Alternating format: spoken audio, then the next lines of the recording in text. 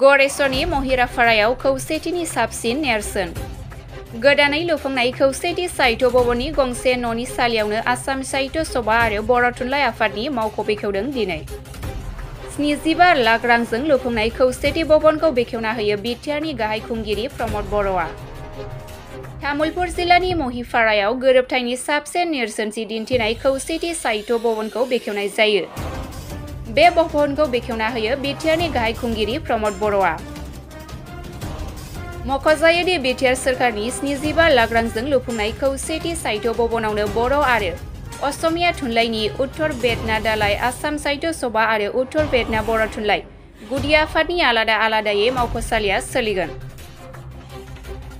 भवनखौ बेखेवना होना बिटिआरनि गाहाय खुंगिरि प्रमद बर'आ बुङोदि बे नंमाया असमिया बर' थुनलाइ फरायसंनायनि मोनसे मिरु महरै खामानि मावगोन आरो बर' असमिया थुनलाइनि संरैखा आरो फोसावनायाव मैखोम मदद खालामगोन होनना फोरमायो। बेजों लोगोसेनो खौरांगिरिनि सोंथियाव प्रमद बर'आ बुंबावोदि 1-2 दाननि गेजेरावनो बारग' एनडिएफबिनि सोद्रोमाफ्रा गावसुंथानि खाबु मोनगोन।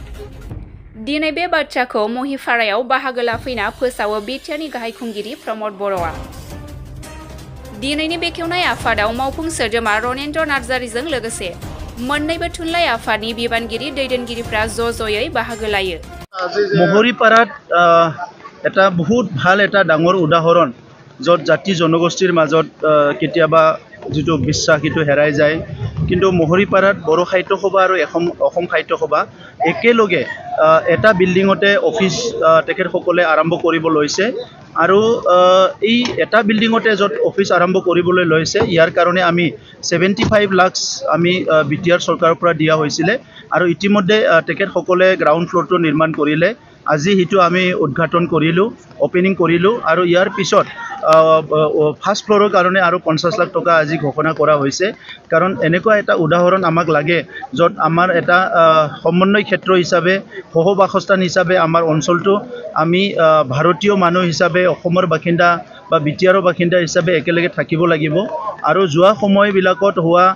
সংঘাত বেঘাত এইবিলাক যাতে পুনৰ নাহে ইটোৱে মই ঈশ্বৰৰ ওচৰত প্ৰাৰ্থনা কৰিছোঁ। মই মহৰিপাৰা অসম সাহিত্য সভা বড়ো সাহিত্য সভা দুইটা কমিটিকে মই ধন্যবাদ জনাইছোঁ আৰু ইয়াৰ লগতে মহৰিপাৰা উচ্চতৰ মাধ্যমিক বিদ্যালয় উত্তৰ বেদনা উচ্চতৰ মাধ্যমিক বিদ্যালয়ত যোৱা বছৰ ঘোষণা কৰিছিলোঁ 1 কোটি টকা অন্তৰ্গাঁথনি নিৰ্মাণৰ কাৰণে আজি আধাৰশিলা হ'ল ইয়াৰ কামটো অধিক শীঘ্ৰে আৰম্ভ হ'ব। উত্তৰ বেদনা হাইস্কুলত যিহেতু বহুত ছাত্ৰ ছাত্ৰী আছে অহা ফাইনেন্সিয়েল ইয়াৰত আৰু 50 লাখ টকা দিয়া হ'ব এইটো মই আজি তেখেতসকলৰ আগত ঘোষণা কৰিছোঁ।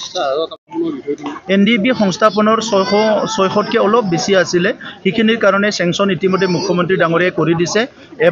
এমাহ ভিতৰতে মই ভাবোঁ যে এমাহ 1.5 মাহৰ ভিতৰতে যিখিনি ৰিহেবিলিটেশ্যন পোৱা নাই এইখিনি পাই যাব।